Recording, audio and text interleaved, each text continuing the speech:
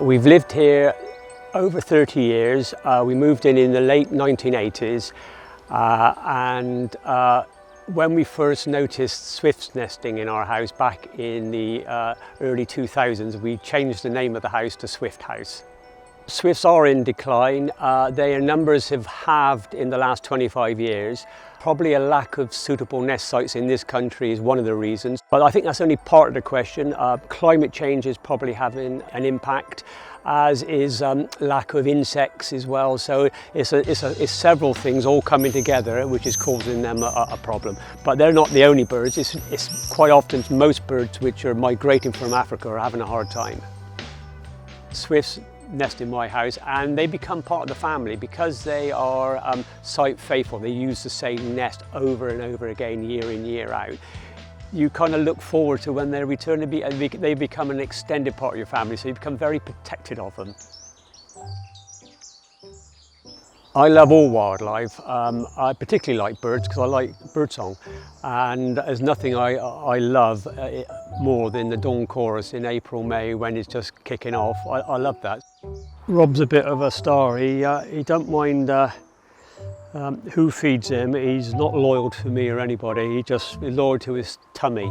He's 4 years old and he's a bit of an old bird. Robin should only live about 2. So he's way well past his sell-by date, but I think the regular handouts is what keeps him going. To provide the ideal habitat for wildlife, you need to provide 3 things. You need to provide food, water and shelter. It's dead easy to make a bee hotel if you've got some hardwood, any offcuts. All you need to do is drill a few holes in it of different sizes and stick it in a sunny place and they will come. When you build a bird box, if you want to attract a certain species, the hole size is crucial. If you make it too big, everything goes in there. So actually you need to make sure you put the right type of hole in for the right type of bird you're trying to attract. If you get a chance, put a hedge and put a deciduous hedge or a natural hedge, which belongs to this country, and that provides food and shelter, nesting places for all sorts of different things. And after a pond, a hedge is the next best thing you can do in your garden. If you want to attract insects, butterflies and bees, etc., always look for flowers which got the open centre so the bee can land on. I incorporate a lot of different plants into the garden, but I try and have 2 or 3 which are my mainstay, so they're kind of flower all the time. And one of the best is the everlasting wallflower, Bull's Mauve, which basically flowers for 12 months of the year. So if nothing else is about, that one's there for the insects to feed on. One good thing about swifts is they are wonderful foster parents. So if you find a chick which has been abandoned, if you can find another box or another nest with similar sized chicks in, you can normally just pop the chick in and they just look after it like one of their own.